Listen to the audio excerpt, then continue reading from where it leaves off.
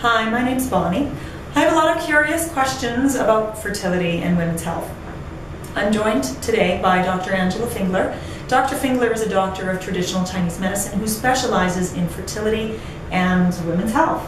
So Dr. Fingler, please, I'm curious, fertility, if a woman is having problems with fertility, there's a Western approach, there's a traditional Chinese approach. What's the difference, or are they kind of the same? Wow, that's a huge difference. Where do you even begin with that? Western approach tends to look at the nuts and bolts more of what's going on. So what's your FSH level, what's your TSH levels, what's your progesterone levels, and if you've been going through fertility, you have some idea what I'm talking about. Yes. Where you'll do an ultrasound, you'll check the tubes to see if they're flowing, you'll see if there's anything concrete going on. Your husband will get a sperm checked. More often than not, they find it's unexplained because, in my opinion, what they're looking at is very surface. At least for what they're testing for mostly in Calgary right now. So the difference in an Eastern approach is what we'll do is look at what's going on with the whole body, look at what's going on with the whole system, and then look for patterns of symptoms that then form a picture of where we need to focus on fixing the body. So for instance, if you want to break it down into gynecological problems, sometimes it's endometriosis that's causing the problem, sometimes it's polycystic ovarian syndrome that's causing the problem, sometimes something that wouldn't really show up in Western medicine would be low uterine lining, poor blood flow going to the uterus. What else would be a classic one? Luteal phase defects, long follicular phases, like long periods, too heavy periods. What we aim to do with Chinese medicine is look at what's going on and then try to regulate your cycle so that your whole body goes back in balance, and that'll show through a healthy cycle. 28 to 30 days, decent ovulation, good cervical mucus, good digestion even, stuff like that, good sleep, all of that factors in when you're dealing with fertility because you're really dealing with your overall health of the body, and your reproductive system is an offshoot of that health. So one of the first things that'll go if your health isn't good is reproduction, because in the body's wisdom, it knows that you're not healthy enough to really carry and sustain a pregnancy. So that's one of the first things it will pull back on. Maybe not the first, but it's one of those. So you really need to improve your overall health and bring everything back into balance. That's the whole purpose of that yin-yang symbol. It's not just there for decoration. So I am curious because there's a lot of women that on the surface would seem very healthy. They Absolutely.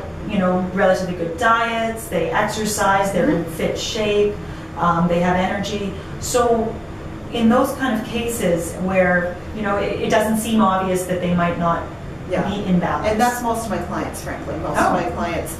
A lot of it, we're going to be looking at stress levels. In that case, acupuncture is really good at reducing stress levels by balancing the sympathetic nervous system. And what it also does is help to open up blood flow. So when you open up blood flow to the body, you get improved digestion, you get improved liver function, you get improved oxygenization because you're getting more blood flow going to the lungs. You're opening up the lungs.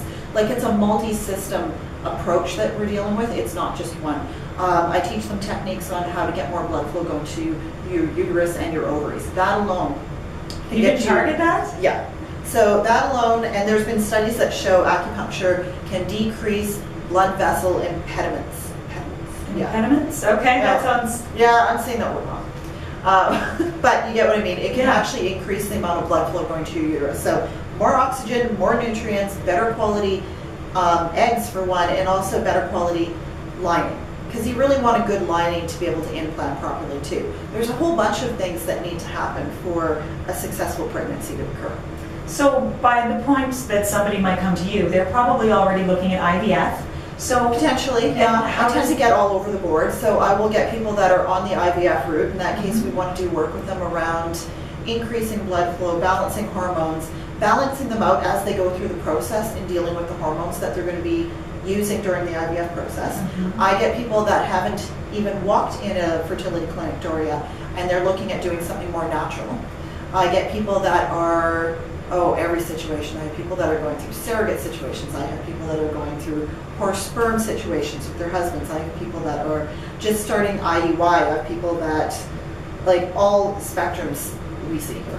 So you see them, but how successful would you say it is in truly, it depends on your age category. Obviously, you're going to have different results depending what you are and what your Western diagnosis is. Like PCOS, endometriosis, it takes longer to get to where we want to go, but we tend to have very good success rates with this. It's a matter of doing your homework, doing what you need to do as far as diet, herbs, exercise, like really doing a lifestyle change and doing a little bit of soul searching around this. It's a journey as much as it is a destination. And journey, how long are we talking in terms of It journey? really depends. Like I've had some people that get pregnant in a couple treatments, not the norm. More average is a couple months worth of treatment. Okay, so a few months. A few months. So we're looking at 3 to 6 with some people. And if you have some of the more complicated endocrine disorders, you're looking at a little bit longer time. That being said, the end goal is worth it. Well, for people who are really looking forward to getting pregnant, it would be. Yeah. So, all right, well, thank you for indulging my curiosity. You're welcome. And I thought, well, if I'm curious, you might be as well. Again, I'm joined with Dr. Angela Fingler. And how can people get a hold of you if they are looking to find out more about this or get a diagnosis? Okay, well, you can go to our website, acupuncturehealthcalgary.com, or call the office, 403-253-3103. 3103. We're located in South Calgary in lovely Bonaventure. Okay, Great. great. Bonavista. So we're far down south. Yeah, near South Center Mall. Great. Well, thank you very much for joining me. And thanks for joining me, and perhaps see something else in this series. Have a good night.